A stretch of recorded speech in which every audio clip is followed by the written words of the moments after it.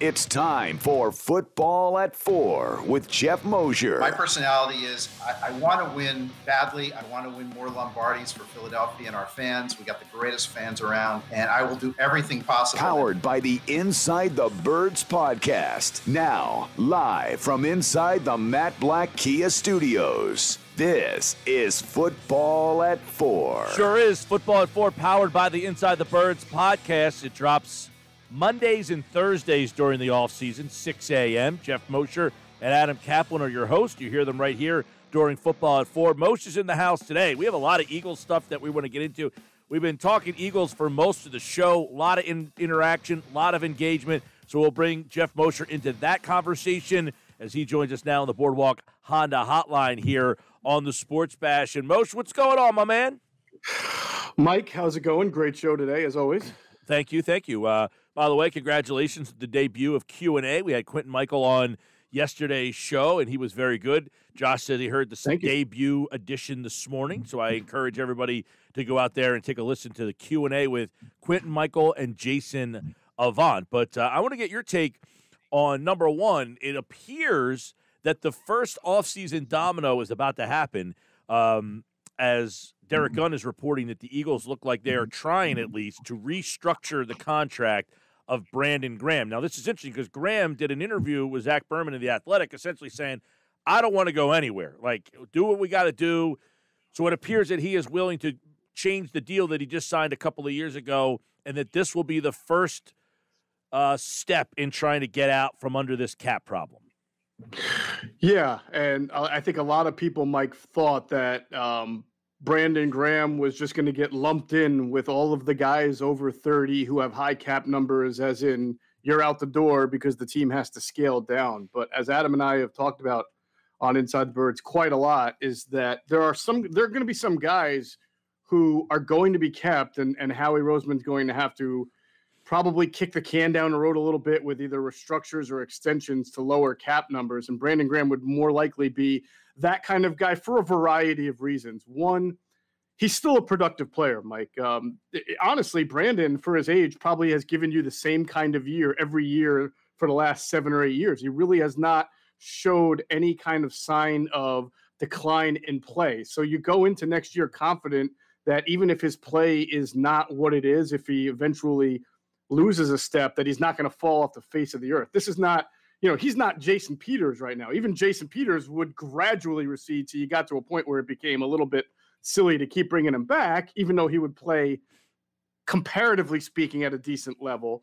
But Brandon is your best defensive end right now, your best, pass rusher / run stopper, and they don't really have a whole lot of bodies, God bless you, that are meant for being a starter. I don't think anybody heard that. I know. I just wanted to show my respects because I can see you now when we do these interviews.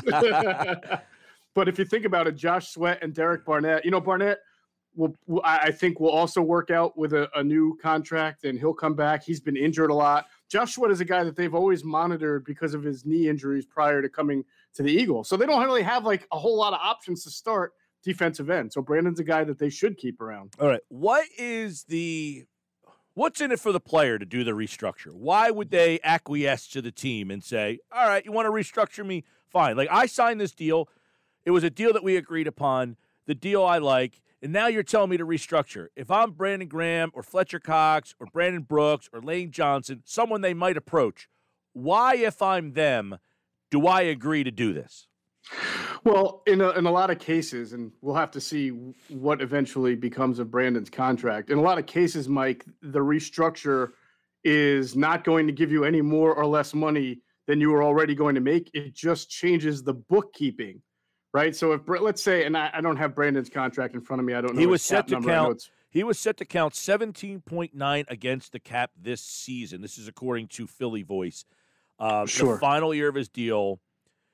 And this says that the move, according to overthecap.com, will save the Eagles just under $9 million. What move? The move that are they saying the move has been made already? Or I don't know where they're getting the fact that, but they're saying that move, restructuring his deal, will save them just under $9 million. Now, it says they could have saved $13 million against the cap by designating him as a post-June 1 cut. but only $716,000 if they make the June before June 1st. So obviously they don't want to cut the guy. They want him to be here. So does Graham get paid the same amount of money? Like, does this check come in every 2 weeks and it's the same money? It's just they take that money and say, realistically, we're paying you in 2024. How does that all work? So, I mean, without getting into all the minor the details and everything like that, your cap number isn't just your salary. It's your salary that year combined with the amount of roster bonus that you had signed at a different time that is spread out over 2, 3, 4, or 5 years. That's a combination. So if your base salary, let's say your base salary is $10 million, and they take $5 million of that, right, and they reinvest it as a signing bonus and spread it out $1 million for 5 years, you're still that's still money that they're giving you up front. Here's your $5 million, right? But as a bookkeeping purposes, it's now spread out over 5 years. And the team knows that you might not be playing for us in 4 or 5 years. But at that point, your cap hit, if we added dummy years, like extra years to it, at that point, it's $1 million against our $190, $200 million cap, whatever it is, that will be dead money, but is such a small percentage that it was worth spreading it out 3 years prior. And so for Brandon Graham, again, what they're talking about is taking his base salary this year, right, and taking some of it, most of it, who knows, we'll see, and turning that into a signing bonus and spreading that out over years to make the cap number lower. So, because as you know, any money over 1 year is going to be a lot different if it's the same money spread out over 3 years or 4 years or 5 years from a bookkeeping standpoint. Yeah. Now, he had told Zach Berman from The Athletic today, he says, I don't want to go anywhere. I don't know how long, but I know for me, I'm here in Philly. He essentially is saying, if I'm here until the wheels fall off this thing. So he's the kind of guy that you can approach, and he's probably very willing to do this. Is that everybody? If you're saying it's the same money you're getting, it's just a bookkeeping thing, is this something that you can readily do? All right, Brandon Brooks, we need to restructure you. Fletcher Cox, we're going to restructure you. And that they're saying, okay, no problem. Yeah, and normally they do because at the time of their restructure, they're at a stage of their career where you're just basically telling me I'm making the same money. It's just you guys are spreading it out differently. The risk is on you guys, the organization, because now you're adding money to my cap number down the road that's going to reflect poorly against you if I'm not playing well. But it also does leave them vulnerable per se to being cut earlier, but that doesn't change the guaranteed money that they were going to get. And if you'll notice, I think Fletcher Cox has restructured, I want to say twice since signing his first original big deal. Zach Ertz has restructured. Who else? Lane Johnson I believe, has restructured twice, once or twice. Yeah. Zach Ertz has restructured. All these guys have restructured most of these guys, the guys who make a lot of money, have restructured throughout their career. And the reason why they did it was because they were making the same amount of money. It was just really a bookkeeping thing. And the problem they're having then with the restructuring is they don't have this is odd because they don't have enough guys that make enough money to restructure the deals to help them out, because a lot of the money that's putting them over the cap is from a guy who's no longer here. Well, that is a big part of it. They do have guys, though, that they can restructure to continue to save money by spreading it out. Darius Slay is one. Brandon Graham, obviously. Zach Ertz will save them money because he will be gone. I'm trying to think of another high-priced guy. It's a possibility that Brandon Brooks could restructure again. Well, they're the guys. It's Brooks, it's Fletcher, it's Brandon Graham, Slay, perhaps. Yeah, Slay. Lane Johnson. I mean, there's like 5 or 6 of them, but that's what I'm saying. There's not this whole list of guys that you can go boom, boom, boom, boom, boom. Because 30-some million of that over the cap is coming from a guy who's not here anymore, and you can't do anything with that. So that's where they have this big issue. And again, we've touched on this a little bit. The cap went down because of the pandemic. They did not plan for a pandemic to lower the cap. So where do we think they may have been over the cap in a normal year? Maybe 15 to 20 million bucks instead of 40. Correct. I mean, this is certainly not something that they saw coming a year and a half ago. That is the risk you take when you do this system of adding dummy years to extend those signing bonuses into the future. I say it's a risk, and someone could say, well, who could foresee a pandemic? That's not a real risk. Fine. It doesn't have to be a pandemic. You just never know, right? I mean, there are a lot of teams that are insistent. We've talked with Andrew Brandt on this, and he used to be the president of the Packers, right? And his ownership, and he were insistent that every year they were going to match cash to cap. So you didn't have dead money year after year after year. But some teams like the Eagles and the Saints and other teams have done it and used it to their advantage. So it's not for me to say whether it's right or wrong, but there are risks involved. There's no question about it. It's definitely a philosophy that the Eagles have used for a long time. This is a organizational philosophy that they have kind of implored. All right. So Brandon Graham looks like he's going to restructure. We would imagine they're going to approach some of these other guys to help to get them underneath the cap here. But is there a guy – I mean, they're already going to release Alshon. They're already going to release Malik, right? And they're going to release Deshaun. Is there anybody else – I guess Ertz would fit this – like that they would just flat out release because they can't find a trade partner and he makes too much money? No, I can't see them releasing or trading Darius Slay at this point because they just don't have any bodies at corner. I mean, you want to still field a competitive team. We talked about that last time. The Eagles are not tanking by any stretch of the means. So, but that is a guy that they could potentially restructure as well. He has a cap hit of, I think, 11 to 12, maybe even bigger than that. They gave him that deal last year when he was traded here. Right, because he restructured or had the extension. See, that's the thing. The Brandon Graham thing technically might just be called an extension because it's hard to restructure a deal that has just 1 year left, right? So it may restructure the cap of this past year, but it's going to have to be an extension when it's all said and done. If we're technically speaking, I'm trying to think of any other guys that would be. Oh, Marquise Goodwin is a guy who I think he's got a $6 million cap number. So I think that he and the team can probably agree on him coming back at a much different number. You would expect. So that's another place where they can save. And I've told you this before. Like, it wouldn't surprise me, and I wouldn't say this is gonna.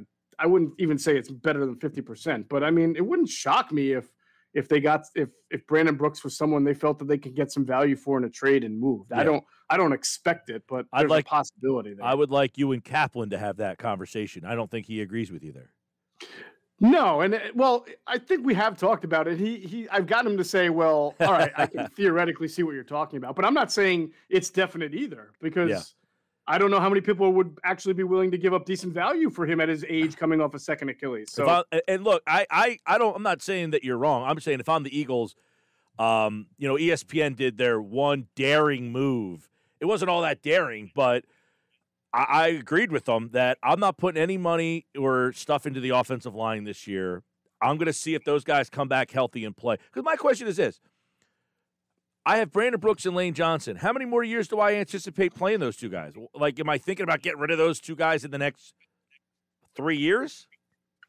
I agree with you. I would not sign on the offensive line. I would draft on the offensive line. Well, they have a very good. Though, they drafted Driscoll last year. They drafted Herbig. They've got Dillard. They've got Mailata. They still have Sayamala. I mean, you've got, like, if your line is back healthy, we've had it, like, you've got a pretty good line with the guys that are back healthy.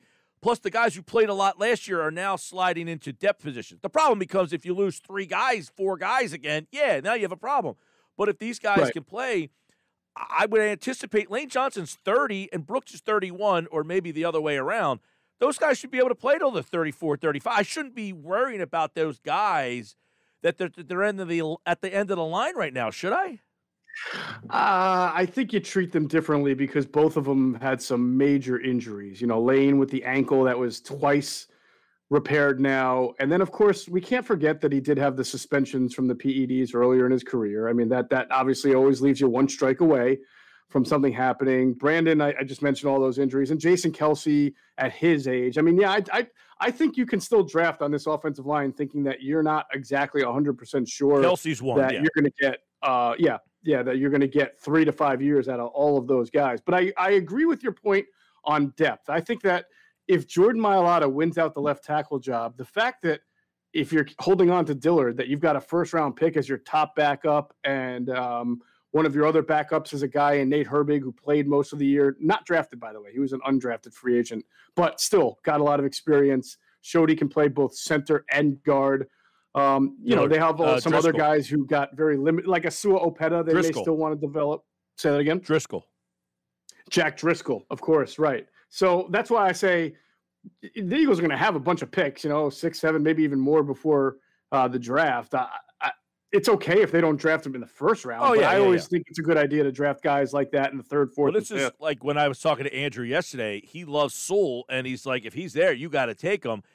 And I get it if he's the best player, but to me, I have enough in-house options, and I have so many other problems that I'm just going to say, you know what, for this year, my offensive line, I can't put as much onus on that. I got to fix other problems because I have enough in-house guys to help make that line respectable this year.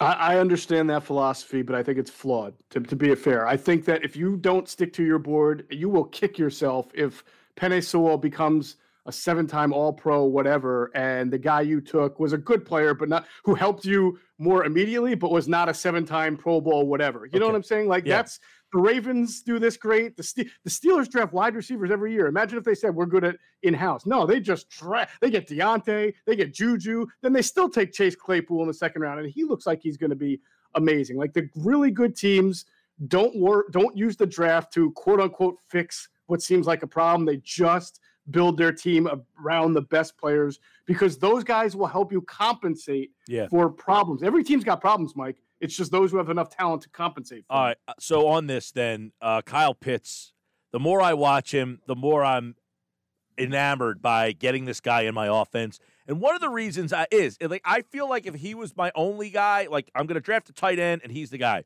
I might have a different philosophy.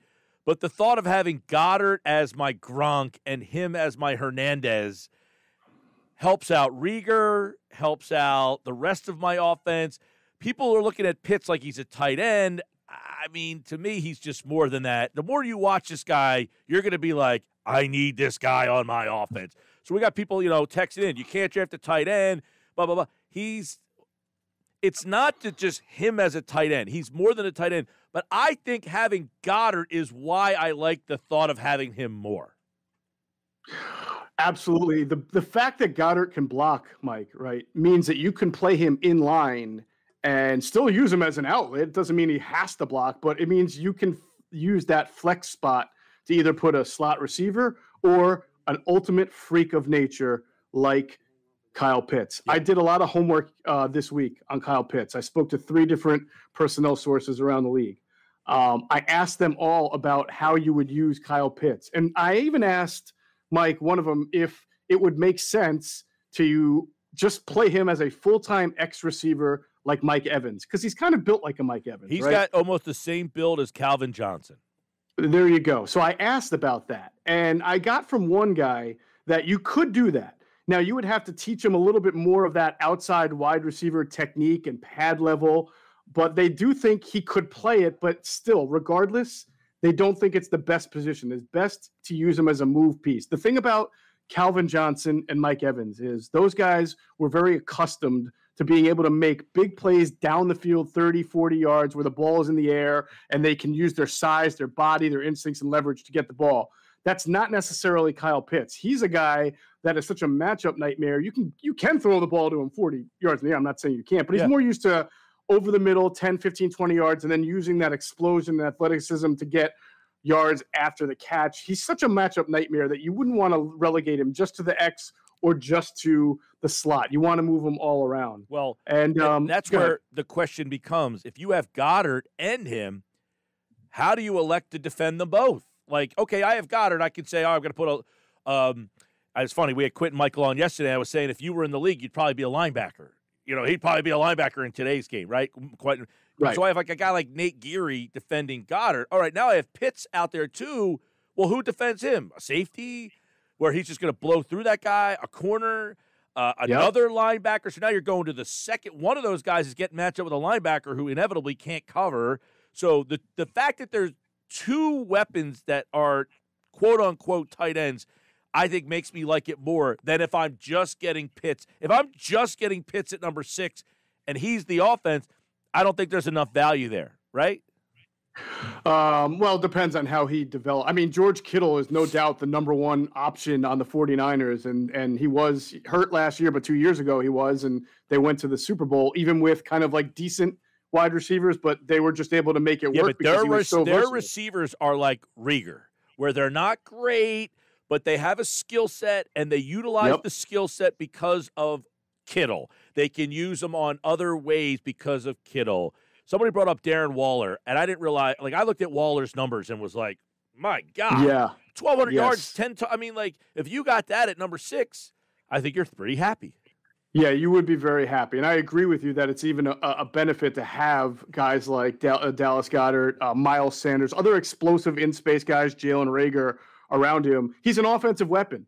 And what we know about the Eagles, Mike, and they'll probably deny this even though they actually say it and don't realize it, they value offense way more than defense, right? I mean, Jeffrey Lurie has said a couple of times that in order to win a Super Bowl, you have to have a top 5 offense. He has never said anything about having a top 5 defense. He said top 5 offense. So we know that they value offensive playmaking. And I have to think that, now I don't know the new staff very well, but I still have to think with Nick Sirianni's quotes about being multiple and having matchup advantages, that they would love a guy like Kyle Pitts. And let me tell you this, Mike. I asked a couple of these scouts that I've spoken to the last few days how they would, if I asked them to rank the top 4 pass catchers, meaning I want to know where Pitts, his standing among the wide receivers, which you would take. And one guy gave me this ranking. He said Devontae Smith 1, Kyle Pitts 2, Jamar Chase 3, Jalen Waddle 4. So he actually has Pitts higher than Chase and Waddle, which I thought was pretty interesting. I've seen, NFL.com, who's their guy over there, did the whole thing. He's got Pitts as his 3rd best player in the entire draft. Oh, Daniel Jeremiah, correct. I believe is that. Yeah. Yes. Yeah. So if you're telling me he's the 3rd best, that's where he's different from O.J. Howard, Hawkins. Hawkinson went 8th last year, by the way, or 2 years ago. Yeah. This is where this guy's different. He's not just the best tight end in the class. He might be the 2nd or 3rd best player in the draft. Here, I did see that. I also saw someone say there's Trevor Lawrence and Kyle Pitts and everybody else. So, I mean, he doesn't drop passes.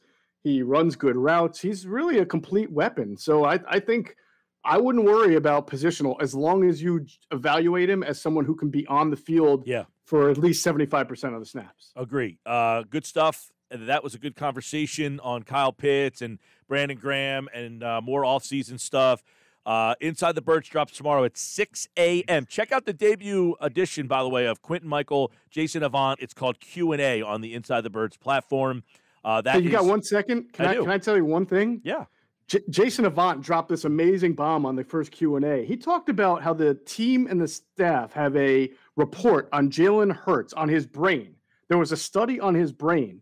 And what Jason Avant said was that Jalen Hurts has a brain that compares, as far as spatial awareness and recognition, to among the top quarterbacks in the league when it comes to processing.